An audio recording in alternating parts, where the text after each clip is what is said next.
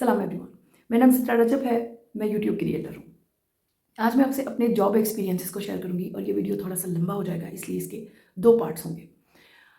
मैं एक्चुअली आपसे एक जॉब एक्सपीरियंस ज़रूर शेयर करूँगी जो कि मेरा काफ़ी साल के बाद हुआ। वही मेरा टारगेट है आपको दिखाना, लेकिन उससे पहले-पहले जो हुआ वो भी रिकॉर्ड में लाना बहुत ज़्यादा ज़रूरी है। सो पहले जॉब इंटरव्यू से शुरू करती हूँ। दैट वाज़ जस्ट एज़ कि मैंने नींद में दे दिया हो इंटरव्यू, ऐसा था वो। लेकिन उस नींद वाली कैफ़ियत से पहले-पहले जो था वो बहुत ज़्यादा टायरिंग था, बहुत ज़्यादा फ्राइटनिंग था, बहुत ज़्यादा डरावना था। सो मैं घर से निकल रही थी जब, तो मेरी दुनिया और थी। मुझे लगता था कि जैसे आज मैं मरने जा रही हूँ। लेकिन जब मैं वापस आ रही थी दैट वाज़ टोटली डिफरेंट। अच्छा, ये बड़ी सच्ची बात है कि मेरे अंदर कॉन्फिडेंस की कमी सिर्फ तब तक होती है जब तक मैं प्लेटफ़ॉर्म पे पहुँच नहीं जाती। लेकिन जैसे ही मैं अपने प्लेटफ़ॉर्म पे पहुँचती हूँ, मुझे याद भी नहीं रहता कि कभी मैं अनकॉन्फिडेंट भी थी। सो यही हुआ, स्कूल टाइम से कॉन्फिडेंस लेकर मैं काफ़ी बिल्डअप हो चुकी थी।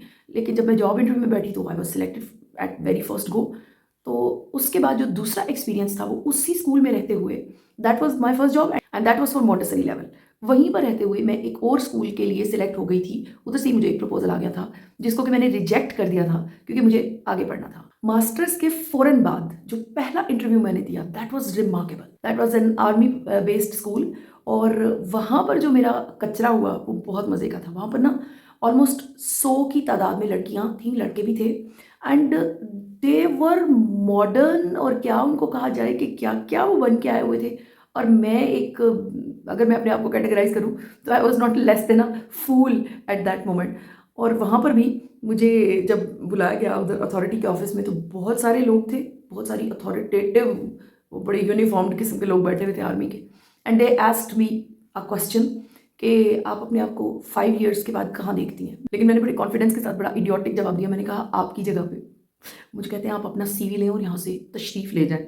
आई didn't know how to behave. In fact ये क्वेश्चन ही अब जाके समझ आया कि आप कहाँ देखते हैं। भई हम तो कहीं नहीं देख सकते क्योंकि आप तो खुद भी नहीं जानते कि आपका फ्यूचर क्या है। लेकिन उस वक़्त ये सारी बातें जो थी, मुझे ऐसे लगा कि ये कॉन्फिडेंस से रिलेटेड है, तो मैंने फेंक दिया। तो वो फिर सीधा आके मेरे ऊपर ही वापस गिरा।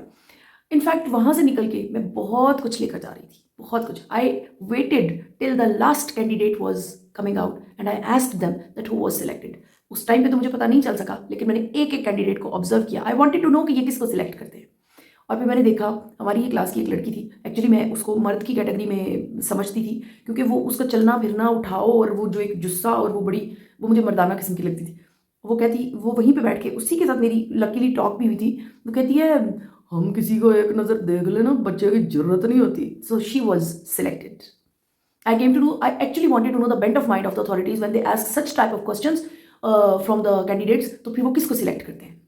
इस फेलियर, ये जो आर्मी वाला फेलियर था ना, इस फेलियर ने मुझे बहुत कुछ दिया। इस फेलियर ने मुझे इतना स्ट्रेंथन किया कि मैं इतनी कॉन्फिडेंट हुई इस इंटरव्यू के बाद, इतना कुछ समझ गई।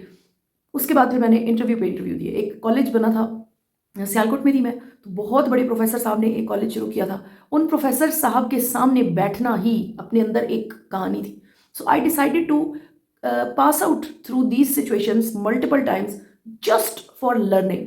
मैंने जीतने की शर्त छोड़ दी और सीखने की शर्त पकड़ ली। इस चीज़ ने मेरा बहुत फ़ायदा किया। ये मैं इसलिए आप लोगों को बता रही हूँ कि जब आप खेलते हैं ना, तो खेल का असली मज़ा लीजिए। खेलने में है उसका मज़ा। जीतने का ख़्याल जब भी हम करेंगे ना, हम उसी वक़्त फँस जाएँगे, चिंदी बन जाएँगे, लकीर के फ़कीर बन जाएँगे। So I stopped running after that लकीर। मैंने सिर्फ़ और सिर्फ़ उस इंटरव्यू को just for the sake of fun लिया और उन चीज़ों को मैंने पास आउट करना शुरू कर दिया। उन चीज़ों में से, उन सिचुएशंस में से मैंने गुज़रना शुरू कर दिया। मुझे जहाँ पे भी पता चलता कि यहाँ पर कोई अच्छी पोस्ट का इंटरव्यू हो रहा है, मैं ज़रूर पहुँचती थी। इवन छोटे-छोटे स्कूल्स में भी मैंने बहुत एन्जॉय किया हुआ इस चीज़ को। अच्छा, उन प्रोफ़ेसर साहब के सामने जब मैं बैठी, वहाँ पर 3 और प्रोफ़ेसर्स भी थे and they asked me a question about literature. मैंने उसके बाद एक थ्योरी पेश कर दी। That was based on chance, I remember clearly. तो उन्होंने कहा कि ये किसने कहा है? मैंने कहा मैंने कहा है sir. That professor spoke a sentence. उन्होंने कहा, तुम्हें छोड़ने को दिल नहीं कर रहा। तुम सिलेक्टेड हो, लेकिन मैं मजबूर हूँ। तुम्हें पता है ये सीट्स जो है ना, ये सारी ये प्रीली डिसाइडेड है। हम तो सिर्फ़ ऐसे ही बैठे हुए हैं ताकि हमारे कॉलेज का नाम हो। हम ये देख रहे हैं कि हमें कौन-कौन जानता है। मैंने उन्हें सलाम पेश किया। मैंने कहा thank you so much sir. आपने मेरी बड़ी मदद की है। मुझे अंदर की बात बताई है। So I learned a lot these type of अंदर की बातें when I met lots and lots of people while delivering my interviews.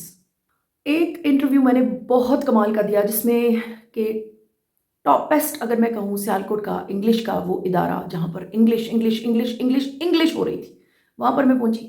और उसके जो ओनर थे उनसे मिलना ही एक बहुत बड़ी बात है। उन्होंने मेरा इंटरव्यू करना था और वो भी तब डिसाइड हुआ जब उन्होंने मेरा वो पेपर पढ़ा। वहाँ पर ना एंटर होते ही एक पेपर दिया जाता है, पेपर लिखें जी, उसके सवाल होते हैं, उसके जवाब लिखने होते हैं। सो मैंने जवाब लिखे, उसमें मेरी रिक्वायर्ड सैलरी भी लिखी हुई थी, जो कि मैंने अपनी बड़े कॉन्फिडेंस के साथ अपनी रिक्वायर्ड सैलरी भी लिखी, जो कि शायद उनको पढ़ के करंट लगा होगा। Anyhow he decided to interview me. उस अगर वो जो पेपर होता है ना, अगर वो माठा हो, कोई एमी किसी बंदे ने फिल किया हो, तो वो फिर इधर उधर की कोई टीचर ही ले लेती है, इंटरव्यू कर लेती है और उसको फारिग कर देती है। नहीं, उन्होंने डिसाइड किया कि वो मेरा इंटरव्यू करेंगे।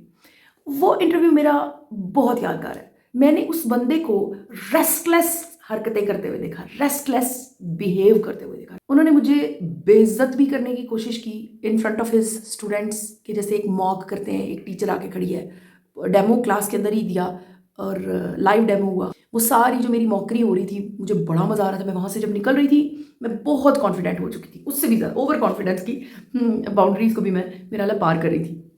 एनी हाउ, उसके बाद उस बंदे ने जो मुझसे एक मीटिंग की नेक्स्ट डे, जिसमें उन्होंने मुझे बुलाया कि यू आर सिलेक्टेड, उस मीटिंग में उन्होंने बड़ी प्यारी बातें की। एक तो उन्होंने कहा कि हम आपको खोना नहीं चाहते, आपका एक्सेंट बहुत अच्छा है, आपका कॉन्फिडेंस लेवल बहुत अच्छा है, लेकिन आप में बहुत कमियां हैं। आप बस ऐसे ऐसे बहुत सारे आप थे। और फिर उन्होंने एक कीमत बताई मुझे, जो कि मुझे कभी पूरी ज़िंदगी नहीं भूलेगी। दैट वॉज 6,000 रुपये। I enjoyed allot.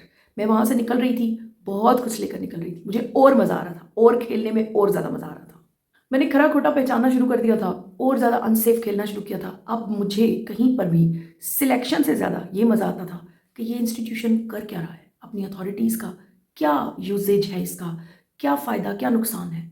Any how, उसके बाद में एक ऐसे सिस्टम है कि जो सियालकोट का बहुत बड़ा सिस्टम है और अभी तक सिर्फ सियालकोट में ही है। उसके ओनर से मेरी 4 मीटिंग्स हुई। मुझे नहीं पता वो मुझे क्यों बुलाते थे, मेरी समझ से बाहर था। मुझे सिर्फ बुलाते थे, बिठाते थे। उसके बाद मैं जब उनसे बात करने जाती थी, मेरे से 2-3 बातें करके तो मुझे कह देते थे कि आप कल आएँ। Any how, that was also a part of their policy.